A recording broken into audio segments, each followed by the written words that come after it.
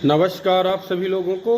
आइए पाठ संख्या 7 की बात करते हैं। पीछे पाठ में आपको सूर्य के कारकत्वों का जो है फल बताए थे। अब इसमें नंबर आ गया चंद्रमा का, कि अगर आपके दशम भाव में चंद्रमा बैठा होगा तो आप किस प्रकार का कार्य करेंगे, ये चीज आपको बताई जा रही है। अब देखिए, इसमें कंफ्यूज नहीं हो जाएगा।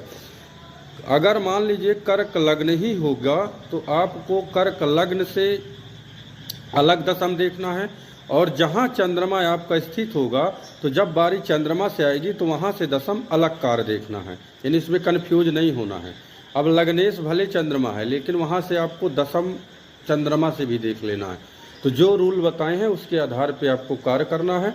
दशम में अगर कोई ग्रह नहीं है तो एक चीज और बताए थे कि अगर दशम में जो राशि है उसका स्वामी नवांश पत्रिका में किस नवांश में गया है तो कार्य उसी के स्वामी के अनुसार होगा, इतना आपको ध्यान करना है। अब जल संबंधित कार्य चंद्रमा के बताए गए हैं।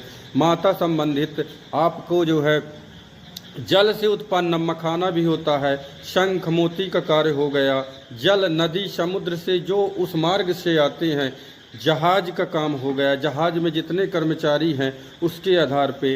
रेल हो गया, रेल मार्ग, गौशाला हो गया, डेयरी हो गया, सूती वस्त्र, पानी का प्लांट हो गया, तरल पदार्थ के जितने भी कार्य हैं, चिकित्सा हो गया, स्त्री विशेषक हो गया, सैनिटरी पैड, सफ़ेद वस्त्र, भोजनालय, पंडित, स्त्री के आश्रय द्वारा कार्य। अब स्त्री संबंधित स्त्री के आश्रय द्वारा कार्य, कि आप स्त्री को देखिए आगे करके और उसके व्यापार करेंगे तो आपका लंबा चलेगा।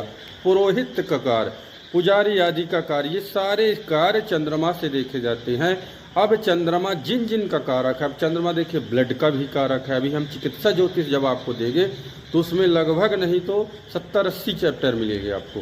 तो आपको इस सारे चीज़ों को समझना है कि बॉडी में ब्लड का भी कारक चंद्रमा को दिया गया है। चलता हुआ खुदरा व्यापारी जो है कि आज हमने लिए और कल उसको क्रय कर दिए, इसका भी कारक चंद्रमा हो गया। जानवर पालने का काल, जानवर कौन, अब दूध दही मक्खन आइसक्रीम से जो अब गाय भैंस पालेंगे तो इसीलिए लिखा हुआ गौशाला का कार्य। तो ये गाय भैंस का जो आपको जैसे जो भी चीज़ें लगती हैं उसका भी हम एकत्रित करें तो वो भी इसी के संबंधित आएगा कार्य। इसलिए सारे चीज़ों का कारक जिन जिन का बताए हैं तो चंद्रमा है।